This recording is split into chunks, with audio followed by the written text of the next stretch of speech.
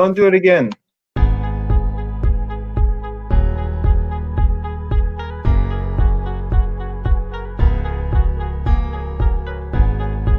Let's get ready to rumble! ZINGERNATION jam-packed show today. Peloton up 5%. What's up, disciplined investor? We got Benzinga CEO Jason Raznick here with us. The man, the myth, the legend, Tom Nash. Peter Schiff on the Power Hour with us live today. Interesting, different, unique, innovative companies. Mia, you are live with us on the Power Hour. What's up? Thank you so much for inviting me on. Jessica Billingsley, that is the CEO of Abercrombie. The best trade idea resource out there. All right. What's up, everybody? Happy Tuesday. You guys already know that Wednesday, hump day, is my favorite day of the week. I don't know. I'm just in my zone. We're cruising, and it's called hump day. I mean, what better is there to ask for? This week, it is absolutely going to be my favorite day of the week, and you know why? I already see an early question in the chat. How do we ask Kathy Wood a question? That's right, guys. We are delivering for you if we do one thing. You know, maybe it may not be trading well, which we think we actually do a decent job of. Maybe it's not telling funny jokes, which we also think we do a decent job of. But at the very least, we deliver for you guys. But by popular request, Kathy Wood, the most powerful person in finance in the stock market right now, maybe?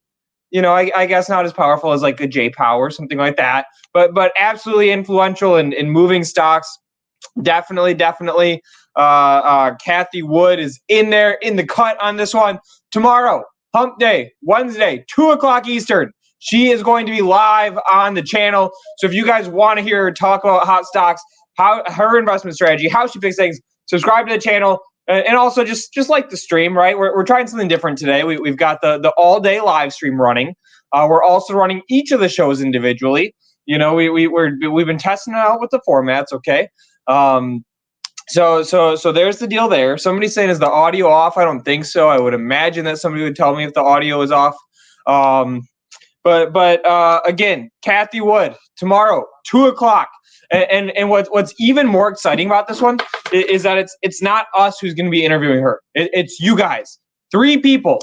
3 lucky winners are going to get Ask Kathy a Question live.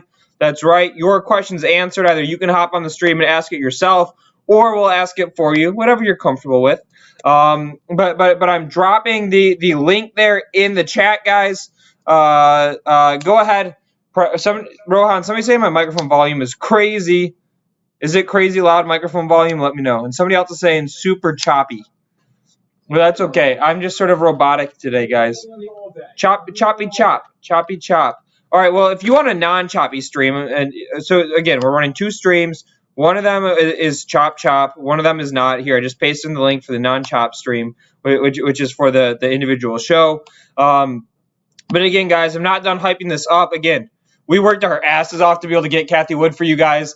We reached out so much. We did Twitter, email, LinkedIn, Facebook, trying to find like her long-lost nephew who can get her to come on an interview with us. And we're doing it.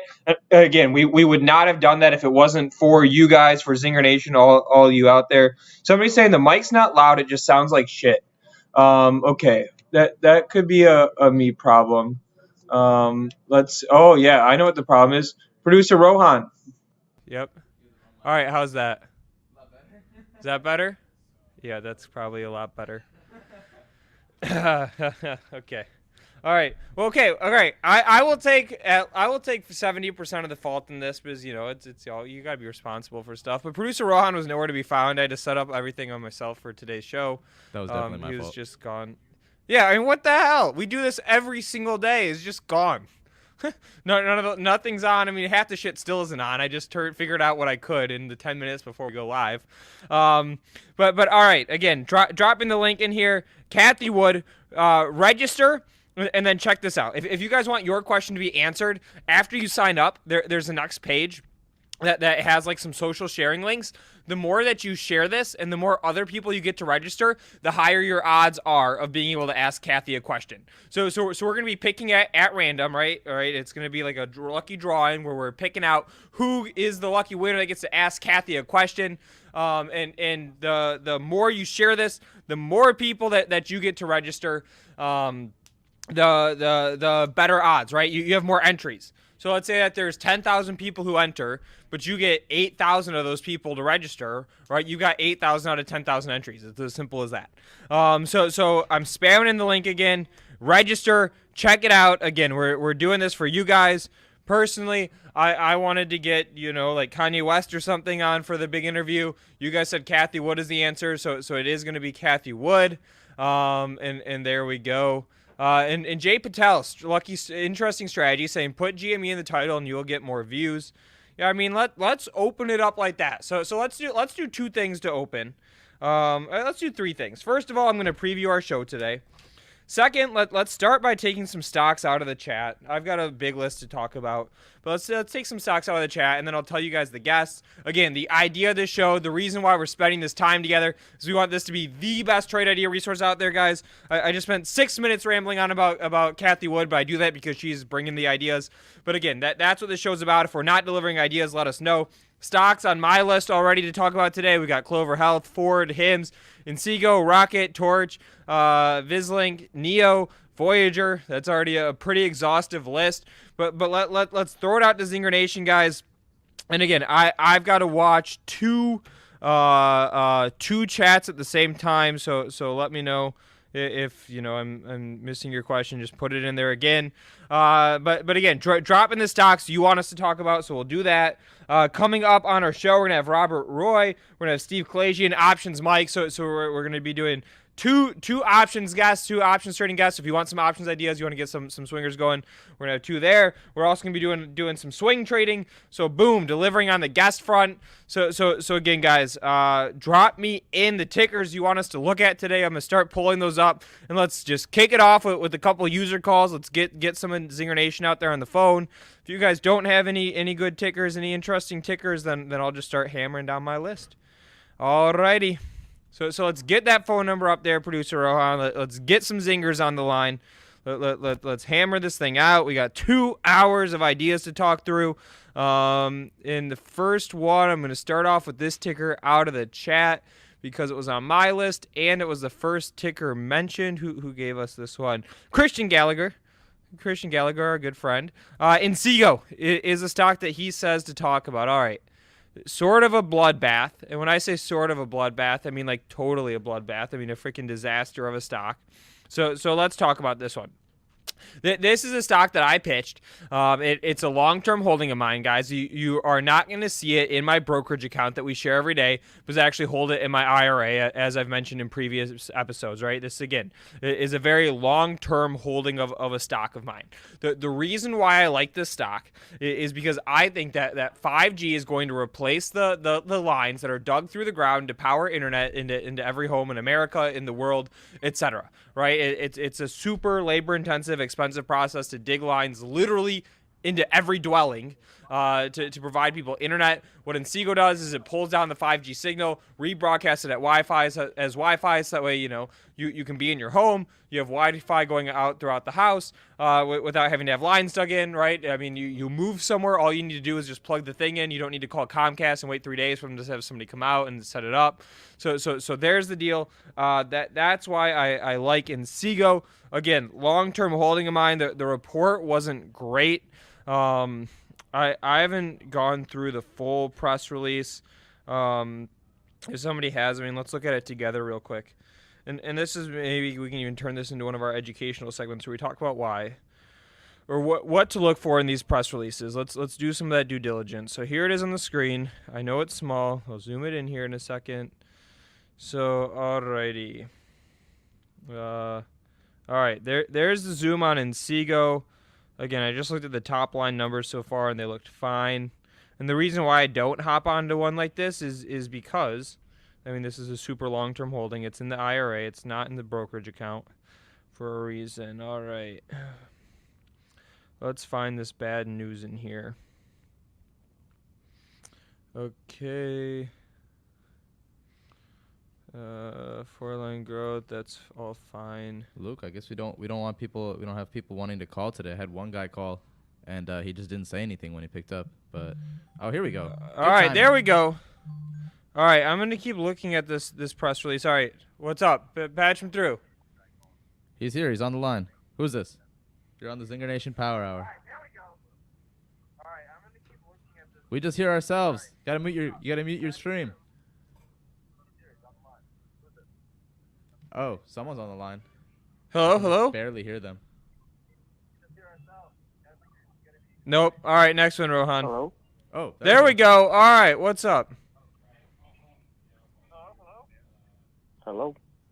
Hello, can you hear us? You're live. Yes. Oh, I didn't realize. Sorry, I had the stream playing at the same time, so I didn't realize. How you guys doing? Good, man. How you doing? Not bad, not bad. What stocks are you looking at today? What's on your mind? What do you want to talk about, etc.?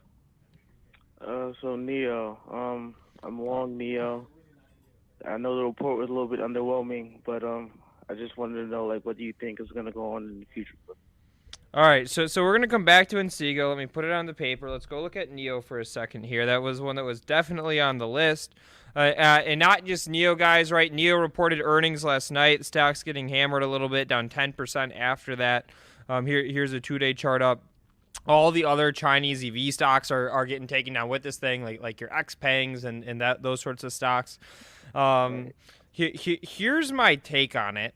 The numbers weren't horrible. Right, the quarterly results. Let's show them on the screen here. I'm in my Benzinga Pro, so let's show these numbers on the screen here.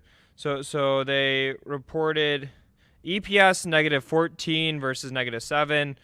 Sales right in line. They reported 1.2 billion of revenue versus a 1.01 billion estimate. So the numbers weren't horrible. But if we zoom out and look at how the stock has moved over the past several months, I mean, here's a 6-month chart, right? The thing has been explosive. Whenever I see charts like this, it makes me nervous that the market wants to see a hell of a beat to support the price, right? You see, I mean, the stock went from this is 6 months. It gets more dramatic if we zoom further out. But over 6 months, stock went from $8 to $44. Okay, that's what 550% return right there. Whenever I see charts like this again, with all that momentum and all this optimism built into the name and that sort of thing, it makes me nervous that the company really needs to beat earnings or really needs to provide some positive news to support the stock price.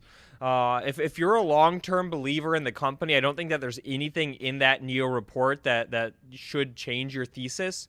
Right? If you're a valuation person and you thought that they were going to have a blowout quarter to support their higher valuation, they didn't do that. In terms of the price action right now, I mean, the thing is still a falling knife. Here I'm zoomed into a 2-day chart. We need to catch some support on this thing, right? Whenever stocks are in this downtrend and they keep going down, especially when there is some sort of news catalyst there, I don't buy them, right? I sort of wait. I wait to see some of that confirmation that, okay, a bottom is in and there is upward buying pressure, especially in the last 15, 30 minutes of the day.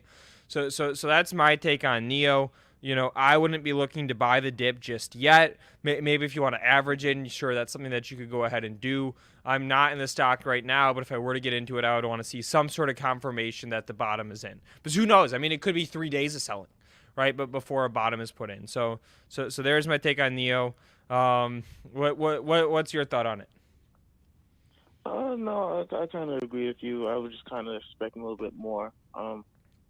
But as far as the deliveries go, but I think they had a pretty solid report. They're still a relatively new company, so I couldn't really expect too much. Yep, I hear you. All right, man. And what's your name? Raheem. All right, Ryan. Thanks for calling in. All right, appreciate it, Luke. All right, appreciate it.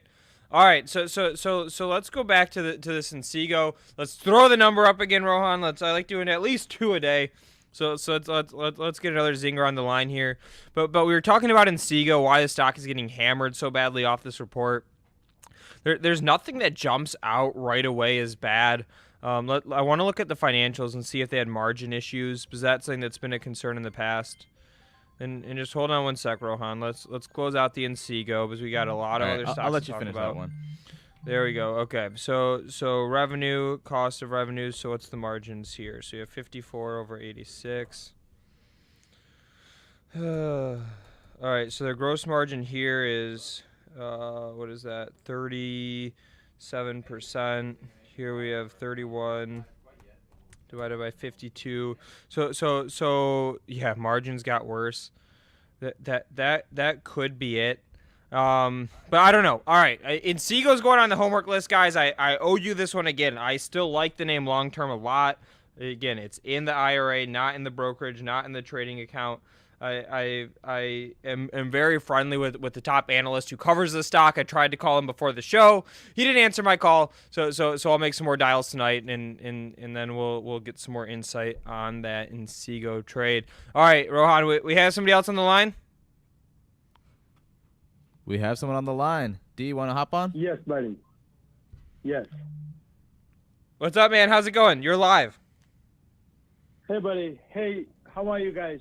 I've been listening to you, and you guys been amazing with the job you guys do. I need your thoughts on the USO, on the oil, and the Quest Diagnostic, DGX. The All right, oil has gone up, so I want to see how you guys see for the summer, or what you're thinking. Yeah, let's zoom out oil. So again, the first ticker asked about was ticker USO. That's oil. I'm going to read that out. It's Ukulele Sandy Oscar. USO is an ETF that tracks the price of oil futures. So generally speaking, when oil futures increase, the price of USO increases and vice versa. Yeah. You know, speculating on the price of oil. I'm going to throw this one out to Zinger Nation. If you guys like oil here, right? Again, USO is at 41. I don't have the futures handy, but if you guys like oils here, throw me in the one in the chat. If you don't like oil, throw me the two. I'm sort of curious where everybody is at. A long-term thesis on this thing. I personally am still an oil bull. I've been an oil bull for quite a while now. I think that it is a reopening play. I think it's sort of a secret reopening play, right? There is going to be more fuel consumption. That's a fact. OPEC already hinted to us that in April they're going to be reducing supply. You know, you've got the Biden administration in the U.S. who may make some changes to some of our own energy production policy versus the Trump administration. And then, of course, the elephant in the room, are we going to be moving off of oil, right? Is that something that we're going to be moving away from as a world? The answer is probably yes, but I think we're a hell of a ways away before it's a super notable impact. Do electric cars have a big impact on that? Yes, they do. But think of all the stuff that oil's used in, from like plastics and you know that sort of thing. I mean, plastics, jet fuel. I mean, we're launching more rockets today than ever, right? Are rockets going to replace cars in terms of energy consumption? No, nowhere near. But again, I still think that oil has more going for it than it doesn't. In the chat, the question, the challenge, first thing that we threw out to Zinger Nation, opinions on oil. One, if you're bullish. Two, if you're bearish. We definitely got way more oil bulls in the chat. So there's that one. Quest Diagnostics, that's the second ticker that was talked about. I don't know a ton about this one. I don't have as much of an opinion on Quest Diagnostics. That's ticker DGX, Delta Golf X-Ray. That's the stock that we're talking about there. And we do have an important comment in the chat saying USO does not make the same moves as oil futures. Stay away from USO. There are probably better ETFs out there. If somebody knows what those better ETFs are, drop them in the chat, because I'm curious there. But again, Quest Diagnostics, I don't know a ton about this company or exactly how they make money. I know they did make money from COVID testing. I would imagine that COVID testing is only going to decrease from this point forward. So that can't be good for the stock. But again, I don't know a whole ton about this one. How's that? That sounds good. The only reason I thought of DGX, so for example, I'm from New Jersey, and what I hear, there's three major players in the hospital industries, and they are merging left and right with all the small hospitals, and I hear like they're going after the labs for their work. So that's what I wanted to see with the DGX. But what you told me makes more sense, and you've been helpful, buddy. All right, awesome, man. And what's your name? D. D. All right, shout out D. Give D a like the stream for D. Thanks for calling in, man. Thank you. Thanks, buddy. Alrighty. All right, I'm gonna pull some more tickers out of the chat here. I gotta scroll way back to when I first dropped that for some chat tickers, and then we'll start buzzing through my list.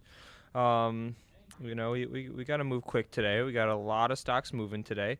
S&P is down a little bit. All right, let's see. All right, next one. All right, KMPH. Let's do that one. Clove, CCIV, SOS, KMPH. All right, that's the list that we're gonna grab right now. All right, KMPH. I said we do that one first. ChemFarm. That's a Vivi stock, a Vivi BioQueen stock. I believe that there's news here. Let's look at it. Okay.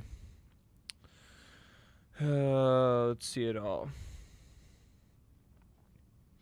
All right, so the stock was halted on what, though? I thought that they had a PDUFA date. All right, somebody help me out. I'm going to look around for this one. If anybody knows what the news was on this stock, KMPH, again, that's Kilo Mike Papa Hotel. That's the name that we're looking at right now.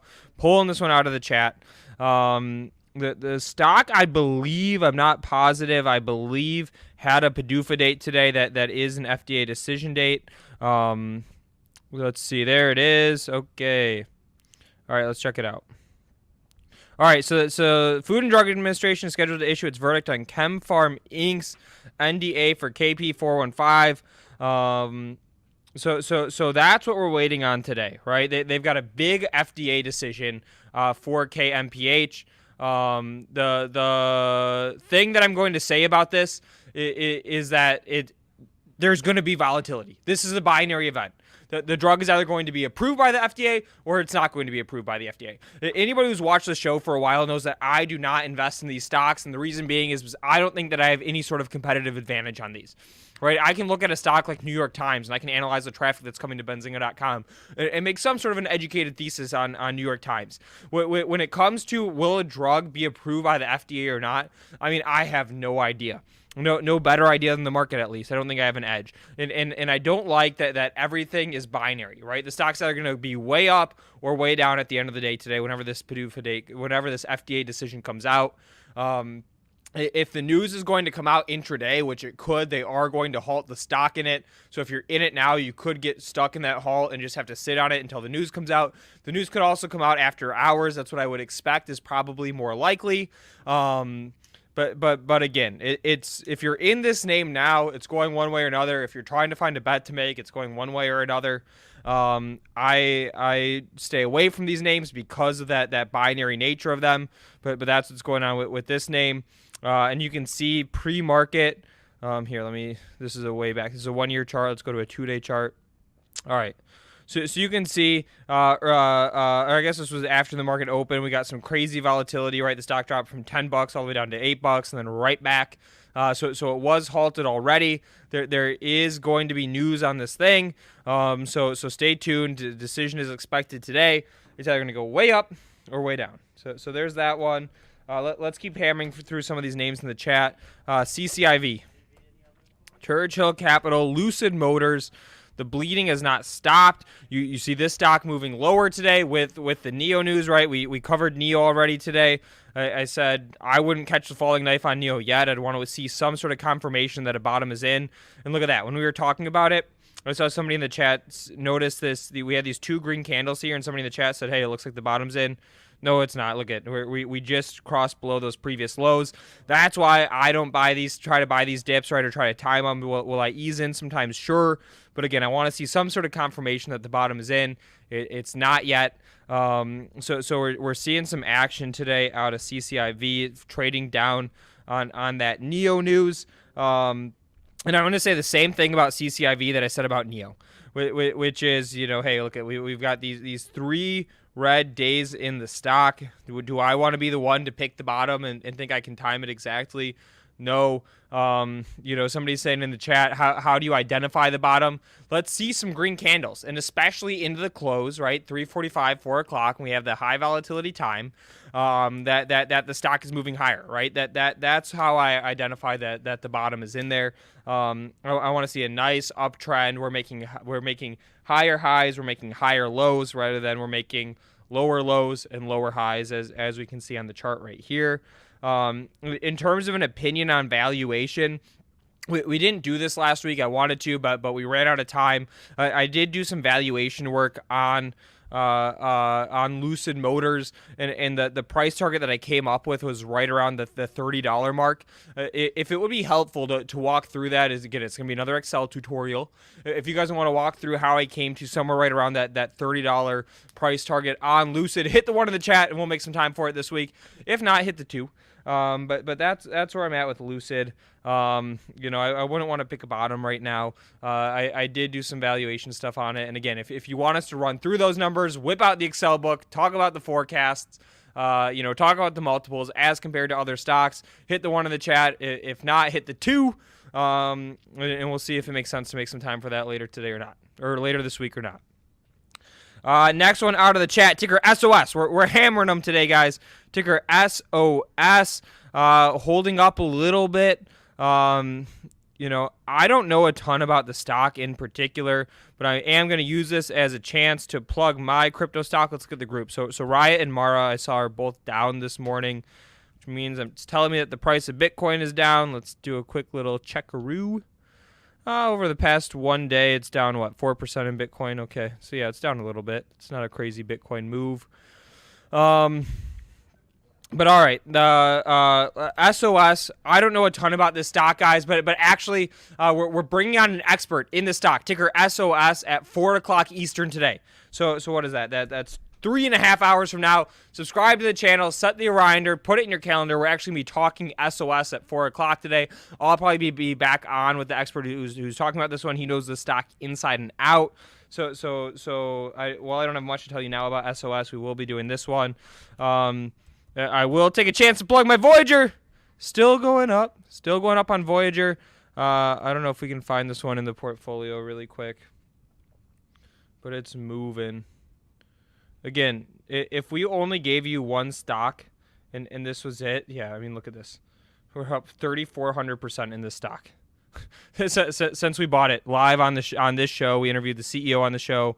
Look at that. We're only down $340 on a day where SPY's getting hammered a little bit. I'll take that all day. So Voyager, again, they reported earnings yesterday. The numbers were great. We actually walked through all the estimates of the earnings on this show, and the numbers came in almost exactly where we estimated it. Again, guys, twitter.com/Luke Jacobi. That's where I dropped some of my research there. So if you don't follow, throw me the follow. I'm trying to get this thing back up. But again, Voyager, that's my crypto stock. That's the one that I'm looking at. All right, and now let's start hammering down. What time is it? Let's see, 12:31. It's just about time for our guest. I'll do one more ticker that was on my list. On my list still for us to talk about today, we've got Clover, Ford, Hims, Rocket, Torchlight, Vislink. So I still have a ton of tickers on my list that I want to go through, and let's look at some charts. But Ford having its day again, baby. Let's go on Ford. 2021 stock of the year. Oh, we don't have the air horns today. Bummer. But Ford, another not all-time high, but I think this thing's at nearing a 5-year high. It's at least at a 3-year high. The next place, if it gets over this 1350 mark, so it's still got a little ways to go. But Ford is still running, baby. We picked this one as the 2021 stock of the year, and it has been hot for us. I own both the common and I own the $12 calls. The 2021 calls, I bought them when the stock was $8, so we are now in the money on Ford. We're cooking there. Again, the thesis on this one is that the valuation was in line with other automakers, so you're not going to lose your ass on the stock. And then the positive thing that we have going for Ford is that they signaled to us that they're going to be launching out EV vehicles this year. EV products are coming out. We've seen that EV energy just fly into these names. Plus, they signaled to us that they're going to spend a shit ton of money. Yes, that's the technical term, shit ton of money on marketing their EV platform and branding themselves as an EV company. So I want to get some of that EV energy into Ford. That's why we like this name. Stock's at $12.50 right now. So it's having another day. But all right, guys, without further ado, I see somebody saying, do you still own Tiger? Yes, I still own Tiger. I'm going to hold that one into earnings. We can talk more about that thesis. I'm going to write Tiger down, guys. Tomorrow we'll do Tiger, Tiger. along with Schwab and Interactive Brokers. I own the whole basket of the brokerages, so we'll do those ones tomorrow. But all right, guys, time to bring our first guest on, and then we'll get into Rocket a little bit and how we're playing Rocket today. But all right, Robert Roy joining the Power Hour, back for another week. He's not sick of us yet. What's up, man? Hey, Luke, how you doing, man? Good. How are you doing? I'm good. I'm listening to the conversation. It sounds like you're trying to give Reddit a run for its money there with running up those numbers, huh? I don't know, man. We got some decent ones today. You do. I love Ford. Ford is my stock of the year. I don't know how much you can see in my background, but if you can see far enough back, which I don't think you can actually see some Ford buildings here in Detroit, Michigan. So it is one that's near and dear to the heart.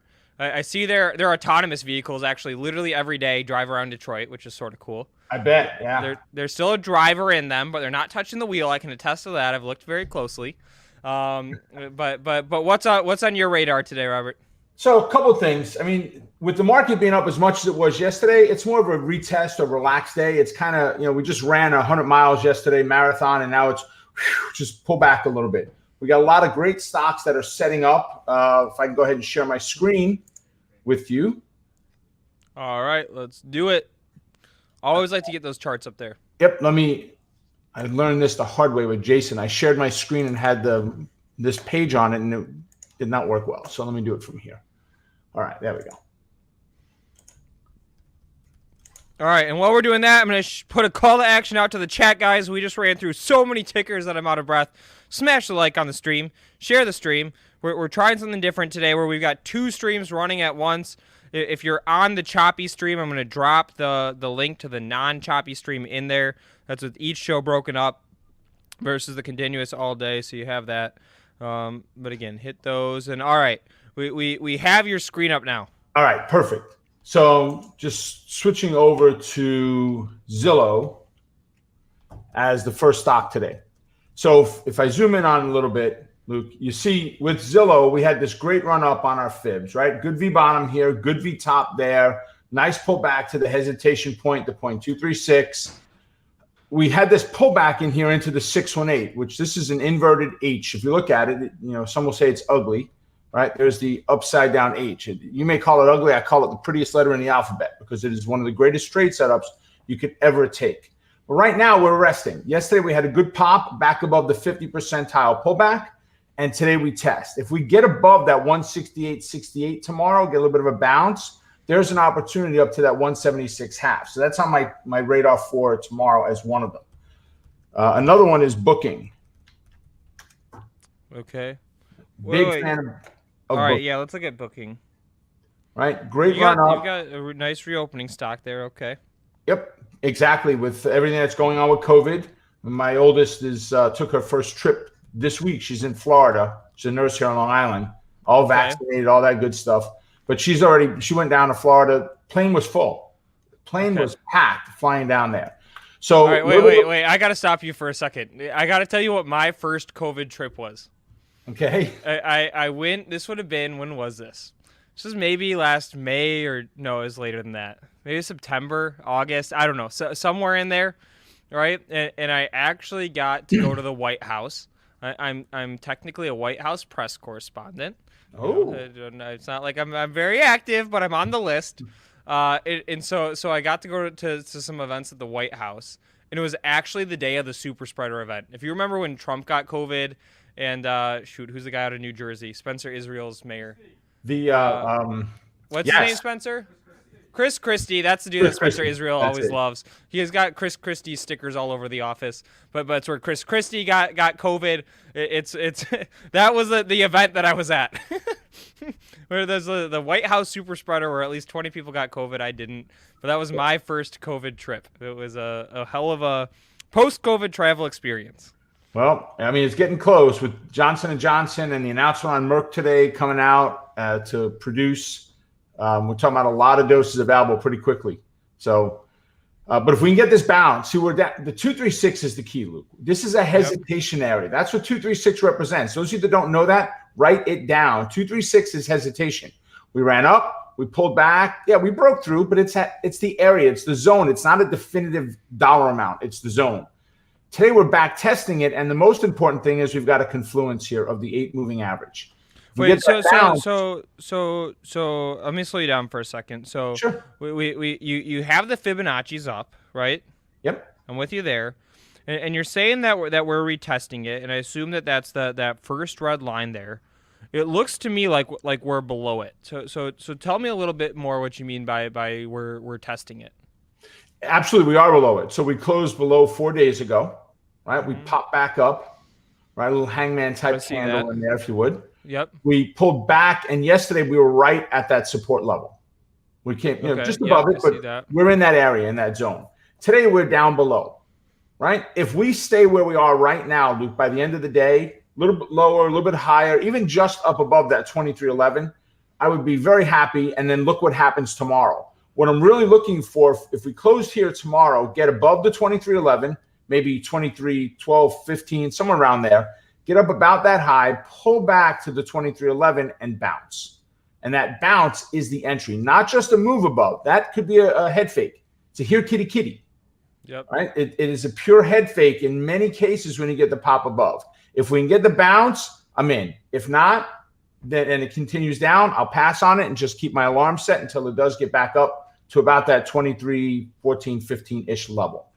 Okay, and so guys, let me recap that for you. So we're looking at booking as a stock, ticker BKNG, Bravo Kilo November Golf. Some people hate when I read the letters like that, but some people it helps. Okay, and so the move is we're not in the stock now, but if it gets up above that, what's the level there?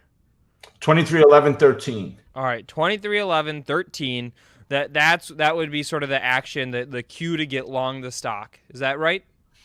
Correct. We're going to go long on an option or do a bull put spread, but yes, that is the place to take a potentially long position. Okay, and then I'm guessing that the next point of resistance, so you're long the stock and you're watching it up until that blue line at the top of the chart there. The 24.50.26, correct. All right, so 23.11, we need to get above that. If so, room to run to the 24.60, I think is what you said. 50. 24.50. All right, there's the move. All right, awesome. My Brooklynese that's hard to get around sometimes. All right. Well, I'm the guy who slows everybody down. Everybody's just running, and I do the same thing when I'm talking by myself, but I'm the slow guy. Okay. All right, I get it now. All right. There is one we took today, and it was Adobe. And I actually put this one up on our one of our Facebook pages, our private Facebook groups. And what time horizon are these candles? Say that one more time, Luke. What candles do you have up on the chart here? Got it. They're dailies. Daily candles. So each candle, guys, is one day. All right, keep going, Robert. So we had this very nice wide channel in there, and we've bottomed out on this 456 level, which is in Fibonacci speak, it's the 0.764. So basically, for those that don't know it, that's the retracement level. We started out here and ran all the way up to here. We pulled back to this red line. That's 76.4% of this initial move. That's what that represents, right? Yesterday, we closed right at a confluence. We had the 471.81 level, which is the purple line, the 618 fib, and the 8 moving average. It's exponential, ADMA. Today, we got a little pop above, and once we got our fail of that 471.81, we looked for the trade. And I threw it up on one of our Facebook pages, and we had 463.97 as our target. And we've had a low today from this chart anyway of 463. Oops, I missed it. Let's see. 463.46 was our low so far today. Right. So we pulled in and hit that level about a buck and a half above there, and we were out of the first half of the trade, which I think we're at about 33%, 34.5% on the first half of the trade. We tightened up our stops. We've got the second half of our trade down to a target of 456.44. If we get there, awesome. If we don't, we took in a nice premium on the first position, a couple of points on the options without ever buying the stock. You're talking about entering a trade for $6.5, $7, right? Per share, 100 shares, $600-$700. So nice little setup on Adobe today. But everything we do is based off of fibs, Luke. It's all based off of this. Nothing, for the most part, every single trade setup I look at has something to do with this. Whether I'm sharing it or not, with my team or my staff or my students, this is the key for me for the success of the trade, is learning how to read the Fibonacci. Okay, and last week you gave us a lesson on how you set up the fibs on your chart. Could we do it again? We got a lot of comments, a lot of questions. We didn't get to them all last week, so I think it would be helpful if we could go through the how exactly you set them up. Say it again? You want to do it on a particular stock? Don't give me the big ones because they've got fibs drawn on them already. Okay. I mean, can we do Ford? I like Look Ford. at it. I mean, it's at like a 3-year high, so I don't know how much that gives you. Oh, no, it gives me plenty. All right, let's do Ford then. Gives me plenty. Ticker off, baby. Here we go. Here's Ford, right? What am I looking for? Here's the rule. You're looking for the largest directional move closest to the right side of the chart. I'm not looking for a stair step. I'm looking for a thrust move, just a pure directional move wherever possible. In other words, we have this very nice V bottom in here. Good strong move up, sideways, nice strong move up. Good fail, that's our V top. So we're going to draw the fibs off of that swing low there, Luke. We're going to come up to that swing high right there. And we're going to pull them out. All right, so what are we looking at here? Regardless of being all-time highs, right? This gives us an understanding of where the stock heads to next. And notice what happened on the zero line. We drew the fibs, we broke out, and we failed almost immediately. That is a very common occurrence with trading when it comes to breakouts. Instead, if we can close where we are today, retest the 1215 and bounce, I've got a better chance of being right. Will I miss out on trades? Absolutely. We missed booking trades that would have been tens of thousands of dollars had we taken them. But we have a high probability of being right. Over 77% of our trades work because we use this methodology. Yeah, right? Okay. So the fibs are drawn. We're now looking for the bounce and the move up to that 13, 16 level. Okay. Right? That's the standard Fibonacci. Okay. All right. So per this setup, then we're above that blue line. So I'm guessing that tells us it's bullish for Ford. And then that next line to watch is that red line on the top there. And can you read me that price? It's just a little small to see. Sure, Luke. It's 13.16. Okay. I don't know how close I can get in on that for you. Let's see. 13.16 is the price point. All right. On there. Here we go. I would like that. You want me to put an advanced indicator on top of it? Yes. Okay. It might be too advanced for me, but I'm sure our users at least will appreciate it. Well, I can at least share it and let you know there's other things out there to be looking at. How about that? All right. There we go. All right. Let me give it as big a picture as I possibly can for getting started. Okay. So let's see. All right. So we're going to come down. It's real simple. Luke, you ready? It's three steps you need. You're coming down to the lowest low where you started the Fibonacci. We're going to click on there, on that low. We're going to come up, and it's going to force us to a high. You can't go anywhere inside of here. It has to go to the high. We go up to the very highest high of where the Fibonacci ended. So that one line on the bottom where it says 843, that black down here, and up here at 1215. That's two. Then we're going to go ahead and find the lowest low that it has made before it bounced. Okay. That's three right there. Once we do that, we now have another series of lines. And what I'm looking for is confluence. I want to see if these lines overlap other lines that we had on our fibs. This $12.66 black line is not overlapping anything. So that line itself is of no use to me. This one right here is in the middle. Again, it's of no use to me. So the indicator is not helping us much on this setup. But you get many occasions, Luke, when these pop up right on the existing fib lines that are here. And if we can get them there, the strength is so much more powerful. It's kind of like you take a trader, Luke, that's watching moving averages. And you take another trader that watches MACD. That trader watching moving averages is going to make a trade off of that moving average signal, and entry or exit. The same with the trader watching the MACD. But if you've got a trader watching both of them and they happen at the same point, or they give a signal at the same point, it adds strength. If we can add this extra level to it and get it to give us a confluence, it gives us more strength, and the potential of us hitting that target is much greater. Okay. All right. Not So too did I blow advanced you for away me. with You it, or said you it was okay? no, you said it was advanced. I was worried, right? And we actually have a guy on the Benzinga team, Neil, who's learning technicals now, and it might not even have been too advanced for him. So Okay. so that's good. Yeah, we're getting more advanced, but not over the top yet. We pulled it back. All right. Awesome. All right. So I threw out that ticker. You have any final tickers for us to look at today? Yeah, there's tons, guys. GMC, I picked up that naked put last week at a quarter, and it's down to about 2 cents right now on the $21 strike. I'm looking at play again this week. I'm already in one for this Friday, but all right, can we look at play? Dave and Buster's, guys. That's the company ticker play, PLAY, Papa Lima Alpha Yankee. All right, so here's the setup. Beautiful setup on our moving averages. This thing just rocks. There's no slowing down on this, it seems, right?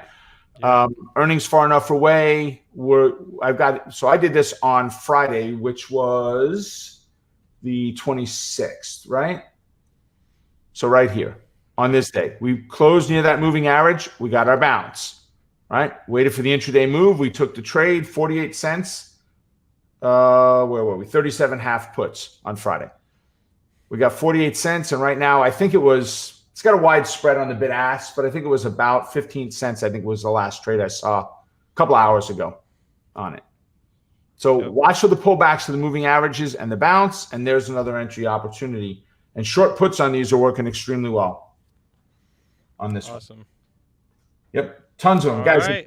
It's understanding. And when you say short puts, you're selling puts. I am selling a naked put, correct. Yep, yes. and let me just explain that mechanism. I sell a lot of puts. I haven't in these past couple of weeks with some of this market volatility, but everybody likes it when I talk through it. So I'm going to do that real quick.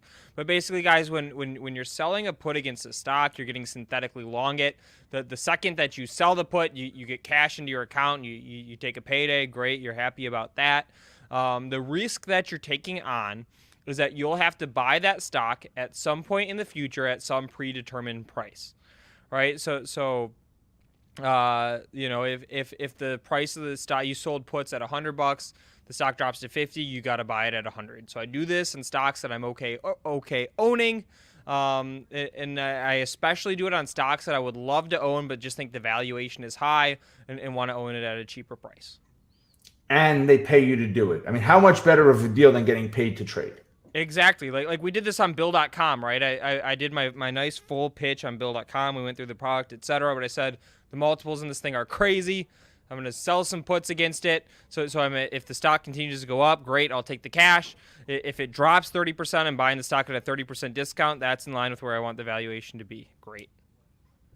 Phenomenal. Yep. It's a good setup. And everything to do with the options. I mean, you're talking Ford, right? Covered calls on it. What did I just figure out when you were doing this when you first started? It's 6.5% a month to write a covered call. Yep. Where someone's going to pay you to buy it at a higher price than it is right now. Yep. And when you do covered calls, and then what you're doing there, guys, is you're selling calls against stock that you own. How do you pick your strike prices? Delta of 40. Delta. Okay, we did that last week. All right. Delta. Yep. I'm looking for a delta of 40 on my short legs. Yep. Awesome. Yeah. All right. I mean, hey, don't get me wrong. I could talk for 2 hours on the candidates on my list, but I know you got others coming on too. So. All right. Well, Robert, I appreciate you hopping on with us, giving us the ideas, spitting them out as always, and giving us a nice little lesson. Yeah, it's been fun. It's been fun, guys. You can get in touch with us. You see there's a link in the chat there. There's a lesson on how to draw what I just showed you on fibs. So it's actually a 3-part series. Go ahead and check it out, guys. It's free. Just go click on it, and you'll get a copy of that sent to you. It's right. And you'll get a good understanding of how fibs work. All right. And Christian Gallagher in the chat is saying this guy needs to be on more. Don't worry. He'll be back next week. Every week. Cool. Hey, I appreciate it, Luke. Thanks. All right. Thanks, Robert.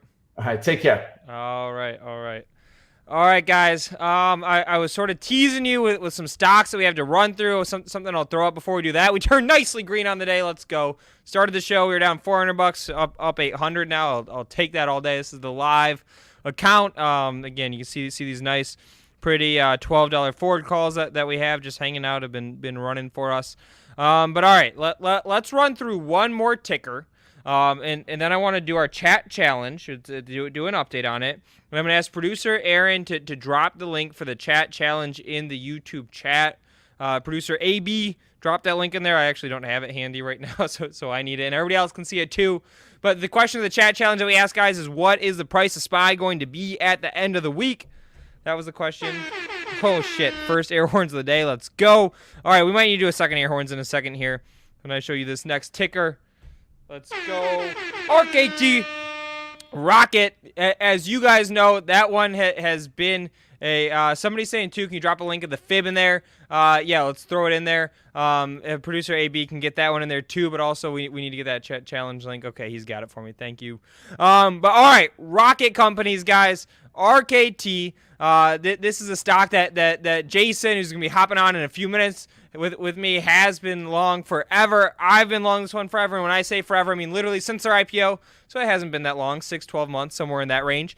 The stock is having its day today, guys. I mean, you see this up on the screen. 30% move higher today. 2-day move over 50%. What are you talking about? What are you talking about? Rocket? Rocket. $31.38. Okay, so all you haters, all you catchies, or all you people saying, Jason, your stock's not doing what it's supposed to be doing. Well, today's the day that you eat a cheesecake. Okay? All right, and in addition to the stock being up 30%, you get a $1 special dividend. Yeah, So you get that's not correct, Luke. special dividend, $1.11. $1.11. 3 ones, not $1, but 3 ones. Okay. Is that how they got to that number? Do you think they were like, all right, we could do $1 flat, but we like the 111. Yeah, It's a strong number. It's a strong one. It's a strong thing. There's actually, I can't tell. Yeah, okay. But let me just go back to this. You guys have been talking about, my ARC-AT, and I said to you, I bought it in the IPO at $18, and I bought a decent amount of shares.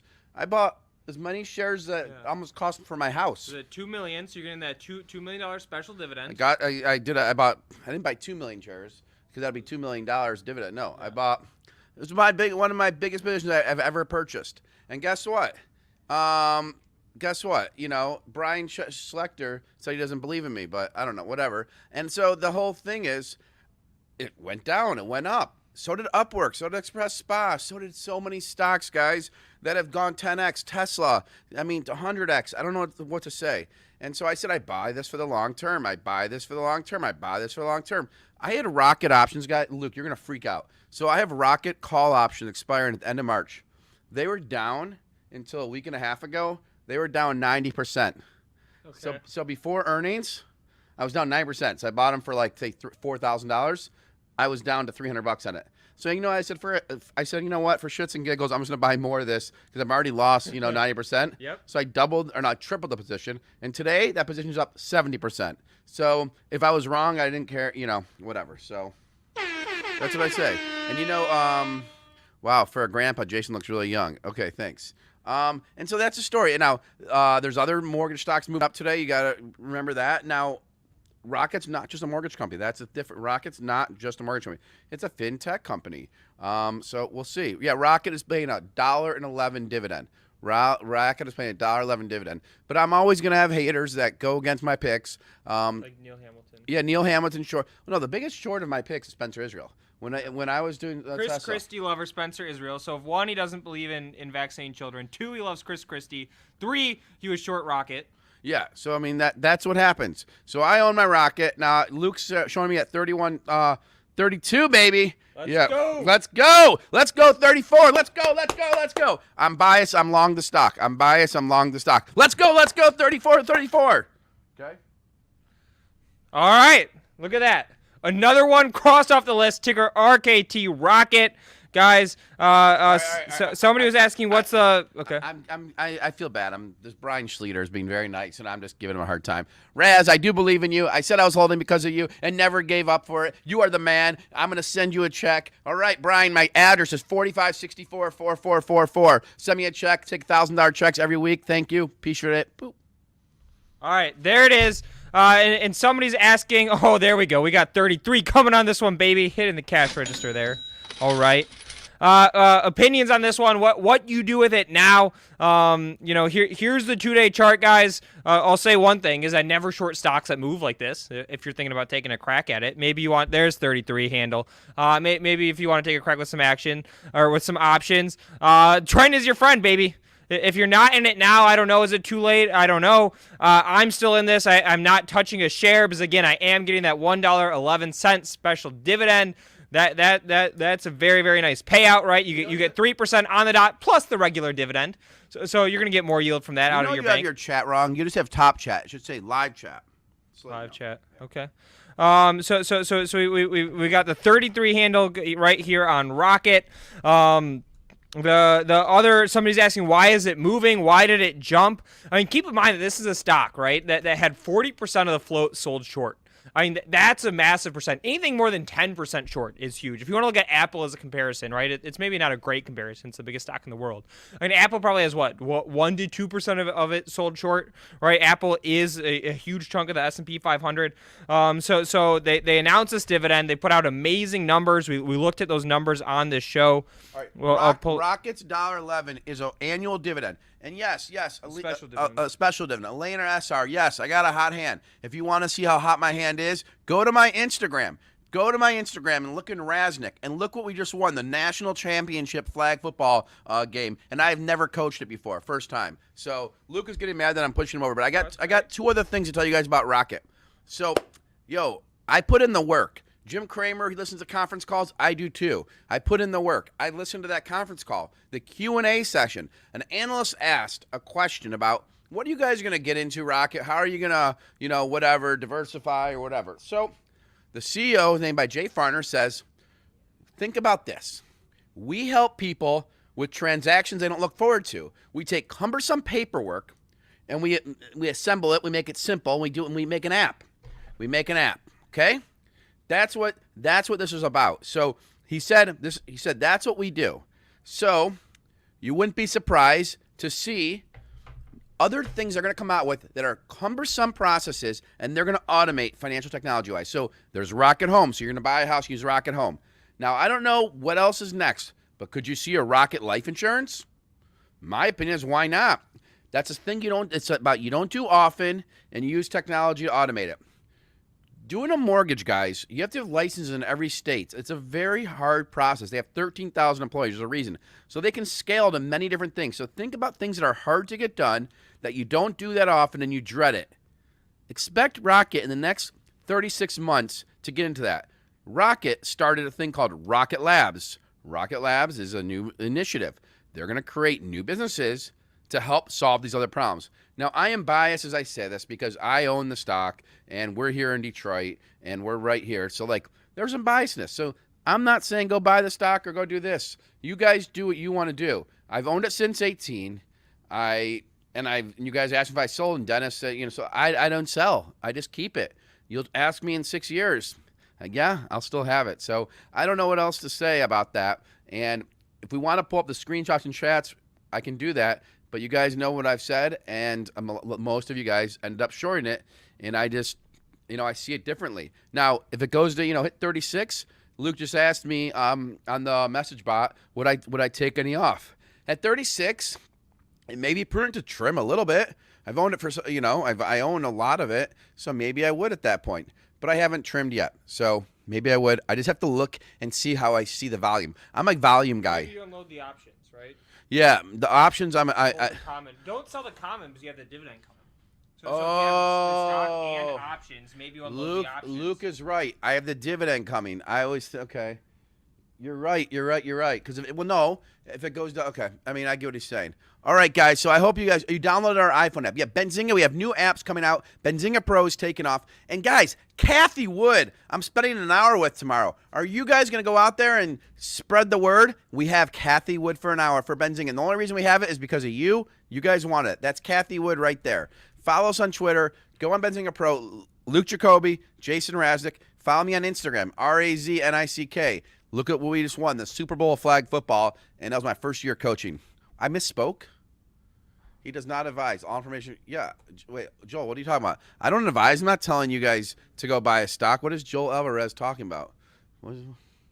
You guys make up your own mind. I only inform my facts. You guys do your thing. There you go. The only thing that we know for certain is that Kathy Wood is going to be on with us tomorrow, probably the biggest name in the market. Put the link in the chat. I smash it in there, hit it, and not only register, but again, if you share the link, it increases your odds to be able to ask Kathy a question live, right? If you have some random penny stock that you're dying for Kathy to add to her portfolio, you can ask. No, we probably wouldn't let you ask that question. But any reasonable question, we will let you ask live. The more you share this, the more people you get to register, the higher your odds are to be picked to ask Kathy a question, or we'll ask it for you, whatever you're comfortable with. And you must spell Kathy's name right, not wrong. Watermelon slice. Thank you. Yep, exactly. Neil Hamilton spelt it wrong originally. Not strongest in English or technical analysis. He is strong in his Chris Christie facts. So there's the deal there, guys. And all right, but before we get to our chat challenge, I'm going to bring our next. Can you find out if Spencer Israel is going to cover his rocket short today or no? Yeah, I'll ask him. So Spencer, are you going to cover your rocket short today? Are you going to continue to donate to the Chris Christie 2024 presidential campaign? I stopped. Yep. All right. He did cover already, and yes, he is going to donate to that campaign. All right. So there's some facts for on Spencer Israel right there. All right. All right, guys. Because the way Neil spells his name is kind of weird. Okay, but Luke, aren't you excited? You have a big guest coming on. Woo! Exactly. That's what I was going to say. Yeah. I teased the chat challenge. We'll get to it. Again, the question of the week was... How many likes do we got? We have, so we've got 2 streams going today. So on one stream, we've got 91 likes, 366 watching, so that number could use some work. On the second stream, we've got 322 watching, 357 likes. Okay, let's do the survey again. Do you guys like one long stream, or do you guys like it broken up? What do you want? Please tell us. 1 for one long stream, 2 for broken up. Okay? And I'll just tell you nothing else. Rocket and Jason. All right. We're so distracted. Look at Ford. Holy 1260. Shit. Let's go. And guys, I'll be honest. I trimmed some Ford last week at 1181 because I was trying to reduce margin. So I'm the lowest margin I've been in a while because I'm going to load up on something very soon. It's very ripe for a buy, and I'm liking it right now. But I'm not allowed to say it. I don't know. We'll see. Because I didn't do all the research yet. I don't want to be challenged. There's a lot of ones, Luke. A lot of ones. There we go. What was another good? We asked another good question today. I don't remember what it was. We got a lot of... CCIV. We should do some deep dive due diligence on CCIV later this week. The answer was yes. So we're going to pull out Excel and we're going to do a CCIV deep dive. But all right, it's time for our next guest. We still have some stocks on the list to talk about today, guys. We got Clover, Torchlight, Vizlink, and HIMS. Take me to the thing. What do you want to go to? Take me to the... StreamYard is right there. Take it to me. Okay, where's your mouse? Where's your mouse? Mouse is right here. Okay, well, you got to do the thing. You got to play the next guest thing. You did? All right, hold on. Producer Rohan woke up. He's going to play it.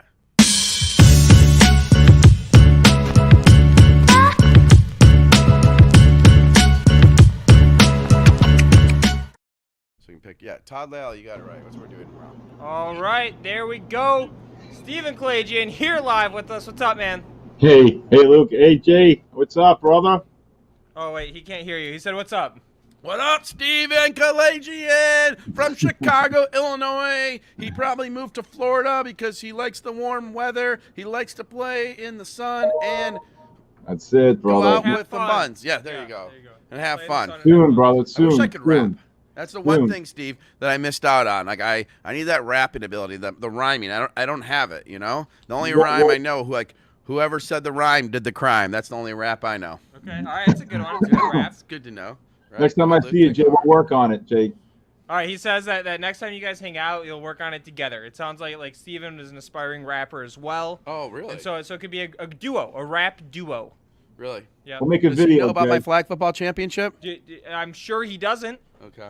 Steven, I won. Man. I didn't win. The kids won the flag football championship. I decided to coach a flag football team for the first time in my life, and we played in the championship. The CEO of UWMC, it was the largest SPAC to date so far. We played his team. They haven't lost in 10 seasons. Wow. It was my first time coaching a flag football team, and I went headfirst into it. I got video, I got software, and we won the thing in the last 3 minutes. and it was great. And yes, I had a son on the team. I didn't just randomly coach some team to beat him, but yeah, we won. Awesome. So woo! Awesome. All right, and Steven, you probably have the coolest background of any guest that we bring on. All right, how many monitors is it? 40. 40? 40 on the dot. All right. Yeah. If anybody in the 41. chat has more than 40 monitors, that would be impressive. But all right. I mean, what do you use all 40 monitors for? Like are you just have all the major markets up on it? I mean, what's the deal with them all? So, hey, great seeing everybody. So basically in my 30, I built predictive analytics. I spent 8 years of my life building predictive analytics. I leave the charts up dynamically because even though I get automated signals, I have another computer where I can get automated signals. I like looking at the same symbols and every single day. So I look at obviously the NASDAQ and S&P futures, and I look at 30-year bonds, gold, silver, and oil. And then on the equities, I look at the obviously the big ETFs and the biggest names in the S&P. And basically I'm educating on predictive analytics and teaching patterns and identifying trends, reversals, and divergence patterns. And we're just really excited about the opportunity and getting involved and teaching everybody and teaching exactly what I have behind me. And it's really has opened up the world to many traders. Again, the number one thing is you want to be on the right side of the market, and we're able to identify these trends, reversals, and divergence patterns during the day. And again, I've been day trading for over practically 38 years of my life. I couldn't do really anything else. It's what I've done. Trading nearly 2 billion shares of my life. And well, so, I'm sure we could find something else if you wanted to get out of it. Exactly. Wouldn't mind. Yeah. So again, it's really something that I'm able to see and move left to right quickly, and I can see things happen dynamically, and then convey the content and information right out there to all my subscribers. And it's again about moving the needle every single day and just constantly being consistent. All right, and so let's talk about today in particular. Anything on your radar? Anything that's especially interesting? Your predictive analytics pointing you towards anything? I mean, what's on your mind right now? So we saw well, I do what's called correlation studies, and so we had a big sell around 10:15 early in the morning, and we saw the S&Ps bounce a couple times, and we got short into that on the Qs, the NASDAQ, the Russell. The Russell really was acting the weakest, the TNAs, and we saw some really good drops in the S&P and all the indices that we talked about. Microsoft dropped about 2 on that pattern. So we're able to see that. Now I think pretty much that I think the lows are in for the day, even though we did push up about 20 points on the S&P off the lows.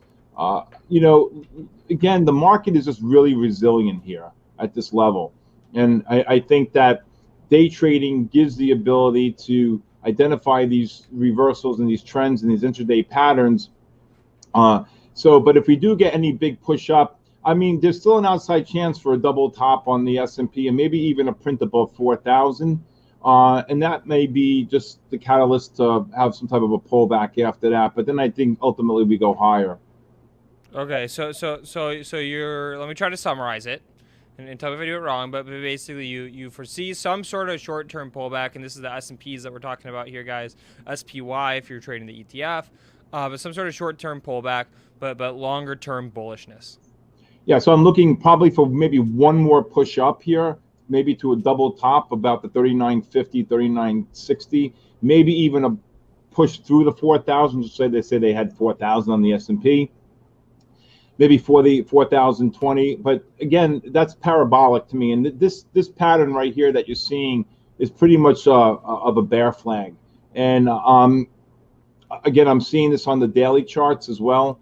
And even if we do get to push up to new highs here, I think it'll be short-lived for a pullback, a pretty decent pullback that would last for a couple months, and then probably get a pickup again sometime in August.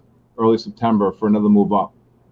Oh, okay. So I had it wrong. So you think we might push higher? Yes. But medium term, you're bearish. Yeah, intermediate term I'm bearish. Short term I'm bullish, and then longer term I'm bullish. Once you get that pullback.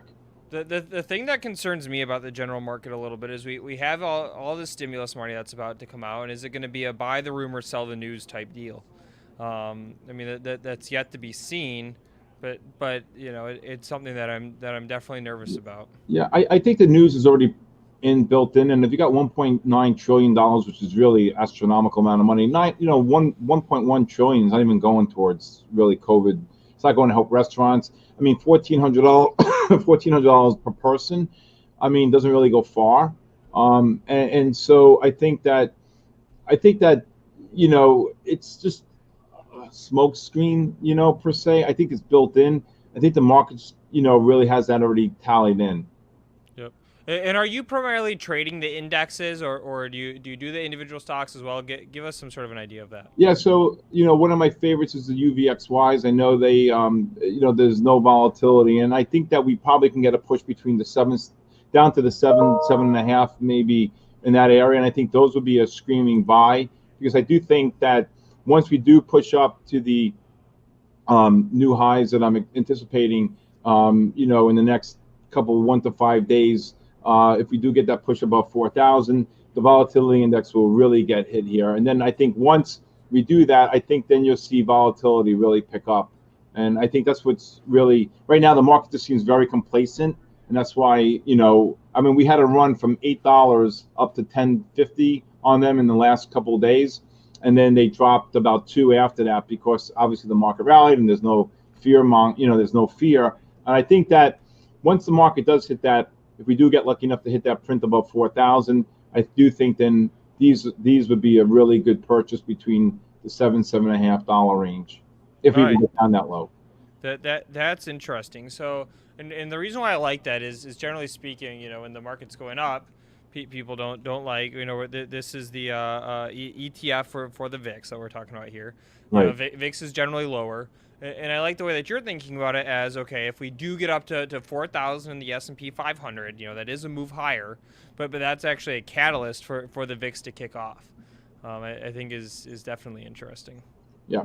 Yeah, I mean, to me, I think it's risky. Again, looking at the patterns on all 4 ETFs and the indexes like the Russell, the Spiders, Qs, and the Diamond, the Dow, I mean, they're all identical, same pattern. So, and there really are sell divergences on those time frames. And the higher you go, I think the harder you're going to fall. Okay. Yep. I mean, that seems fair enough. And again, it's sort of, if we do get that correction, because somebody's asking in the chat for those months that you threw out, it's until that August, September time frame when you think the market starts to reverse and we get some bullishness in here again. When do we see bullishness again, or how much? Yeah. I think it was August or September that you said where we have some pullback until then, and then later in the year is when the market turns bullish again. Yeah, again, seasonality factors always play into it. I'm not really a fan of these things, but the market does have a tendency to rally in the fourth quarter. So I do think that the pullback could be rather sharp. It could be, potentially up to 15 to 18% if we do hit that print high on the S&Ps. So if you're looking, on a number like that, you're looking at, if we hit 32,000, like another 1,000 points higher from here, 10%, you're probably looking between 4,000 and 5,000 points down. Back down to the 27.5 area, and I think that would be there's a lot of support there as well. And market never goes to your number, so 28,000 potentially or something like that. But it could be, again, I just think that the market is really right now just ahead of itself. Somebody talked about last night that GDP could be 7.5%. I don't see it. I still think there's a lot of problems here. A lot of people I know are still out of work. Commercial real estate has taken a complete trashing here. A lot of banks are owning all this debt, and again, the stimulus is great and will help people, but $1,400 doesn't go a long way, especially if now they're talking about it may be released in the next 2 to 3 weeks. So, what are people supposed to do? And a lot of restaurants are closing up. I mean, I drove through New York City. And I used to be in the city every single day after work. I used to drive from Connecticut into the city. And I will tell you, Luke, It is a nightmare. I've never seen more plywood on buildings. Restaurants, five-star restaurants I used to go to are closed up. And it's scary. And I went in the city on Valentine's Day, and I just couldn't believe what I saw, and restaurants. Is it just allowed. an absolute ghost town? Like how was the vibe from the people around?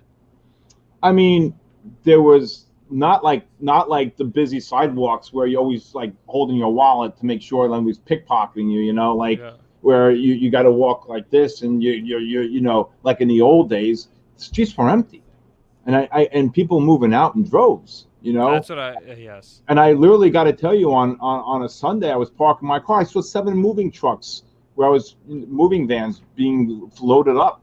People moving out of apartments, people moving on a Sunday on Valentine's Day. I mean, so I just think that the market is getting ahead of itself here. And again, any new highs should be met with significant resistance to look them short, especially on the divergence patterns I'm seeing on the bigger time frames. See, I wonder if there's, I'm sure there is a stock market way to short residential real estate in New York. I mean, we got to look at what some of those REITs We'll create are. an ETF, I guess. Yeah, we'll make an ETF for it. If there's not a REIT that exists, we'll go ahead and make the ETF for it. But yeah, I mean, it makes sense too, right? If I was stuck in a small 400 square foot apartment and I'm working from home with a partner for, 24 hours for a year, I mean, I would go crazy. Yeah. I mean, I talk to people all the time. They're working from home.